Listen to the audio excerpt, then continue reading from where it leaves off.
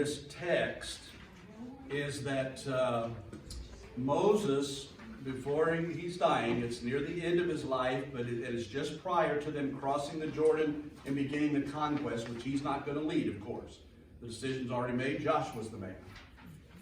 But in the book of Deuteronomy, does anybody know what the word Deuteronomy means? It basically means second. Deuteron is second, kind of like duet, but Deuteron is Hebrew, and so Deuteronomy is the second law. Now, it's not a new law, it's not different, it's just a reiteration, a remembering of the original law, which God gave at Mount Sinai at the beginning of the 40 years of wandering. Now they're at the end. And so Moses is reiterating the law, the Decalogue, the Ten Commandments are in here, as well as other social laws that God gave. And there's some expansion in Deuteronomy, some additional explanation. So that's what we're dealing with. And it begins with, in chapters 4 through 11, it contains a broad general appeal for the people to be faithful. But what Moses is doing is he's realizing he's now dealing with a whole new generation of leaders. Basically, all of the other ones that received the law initially, they've all died off. And so now he's calling the new generation to order and to take care of these things related to the law. Okay? So just real quickly, every Christian should honor God because of the blessings we see in our text. And I've broken it down into three. The blessing of listening. The very first word of chapter 1 is hearken. Listen. Pay attention. And then he goes on to say there are going to be promises that God will give to you if you obey God's statutes and his judgments. All right? He says to the children of Israel that when they go into the land and prosper, God's going to promise them that. But it's based upon and contingent upon what with them? Obedience. If they will obey the law that God gives them, he is going to bless them. They're going to possess the land. And then as the text continues to develop in this passage, he says, now when you get in the land, don't forget God. After all the blessings, you make sure you keep listening to him and hearkening unto his will. So he says in verse 2, now this is important, it's kind of the bulk of what I deal with in this first point. But he says that when you deal with the law of God, the word of God, he says that you must not add unto the word, nor shall ye diminish aught from it. What's that mean? Yeah, don't add to it, don't take away from it. Now, I've listed multiple verses in the Bible where that same principle is being taught. That when the Word of God that has been completed and given to us, it's not supposed to be added to, it's not supposed to be taken away from. And unfortunately, we live in a culture where that is a very common thing. The Word of God, which we hold to so tenaciously, there are some who want to add to it. There are some who want to take away from it. We would quickly identify some of the cults, that would add to it. And when you start talking about the Mormons or the Jehovah's Witnesses, they have additional writings that they add to the Word of God. It's an expansion. The Muslims believe the Bible, but the Quran is their holy book, which supersedes the Bible. And so they've added to it. And those things God has promised will be judged. Don't add to it. And don't take away from it. And this is something that even Christians are guilty of. By the way, another way that even Christian groups add to the scriptures is they will add something like, oh, this is what you need to do in order to gain your salvation. You need to do works. Well, the Bible could not be any clearer. That we don't do works in order to be saved. We're saved by grace, through faith. It's a gift. Once we've received it, then we do good works in order to glorify the Lord and be faithful in that. But the other thing is, even Bible people, even good Bible people, sometimes are guilty of adding to or taking away from.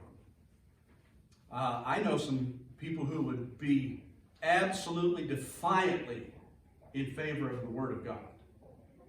But yet, they get on hobby horse and they'll only preach one or two topics, and that's all they ever find in the Scriptures are their pet verses that they want. Well, they don't preach the whole counsel of God. They take away from all of the important things that are there left unsaid because they want to deal with certain things. And I've even included that phrase we've used often from time to time. The old adage that says a text without a context is usually a pretext. Somebody's trying to prove a point when they find a pet verse and just keep going over and over to it. So anyway, we need to be careful not to take away from or add to. Yes? There's that other can of worms with some of our modern Bibles. They actually take verses and throw them out. They're not in there. Yeah, that's something to be Hundreds of them. Aware of. Well, and they and some of the paraphrases that are familiar and common to people, they're no longer honest to what the word is actually saying. They change the meaning of those things. Yeah, good point. Okay. Then in verses 3 to 5, just for sake of time, I won't go into much detail, except when you see this phrase, the reminder about Baal Peor, all right? Baal, right? You see the name Baal. That's this pagan fertility god of the Moabites. And what's really interesting about this particular passage is Moses is saying, hey, don't forget that if you add to or take away from or disobey the word of God, God will judge. And then he uses this circumstance that's really fresh in the minds of the Israelites. This just happened. Remember we studied a few weeks ago, a while back, about Balaam.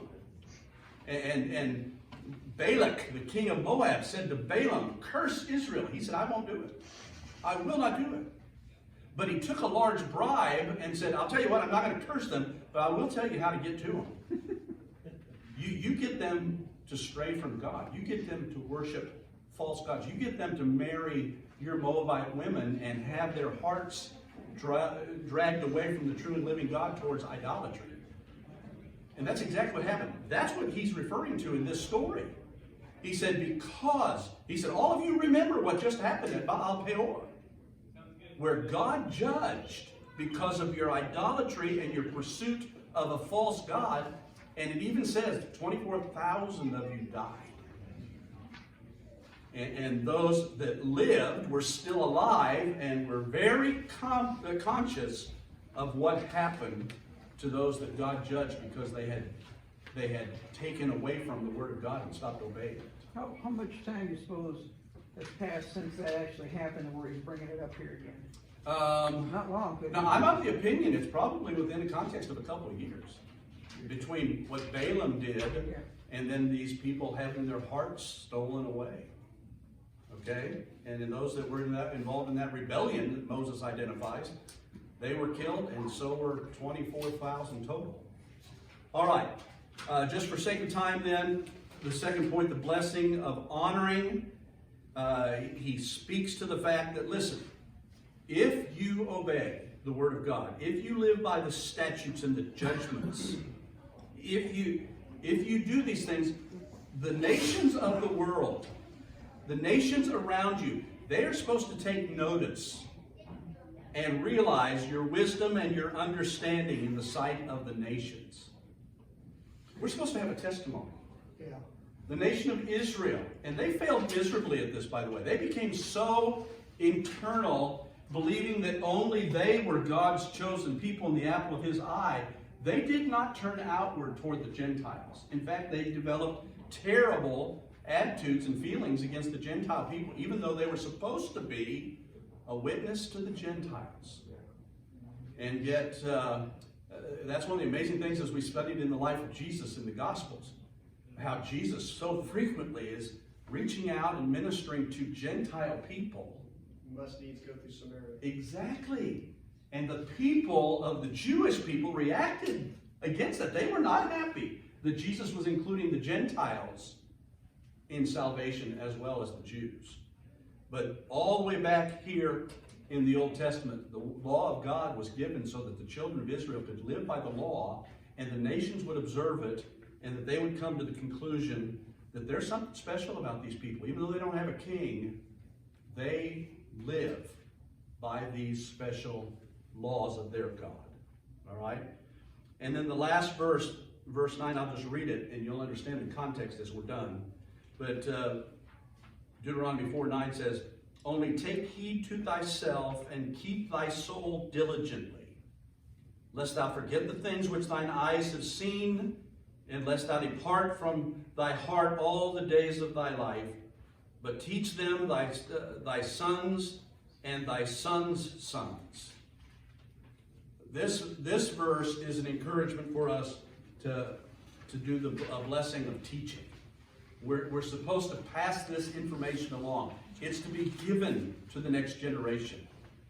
And those of us who are parents, those of us who are grandparents, it's incumbent upon us to teach these principles not only to others in the discipleship way, but also make sure we're teaching them to our sons and grandchildren. All right? Okay, with that, I think you can develop this lesson. Have a good time.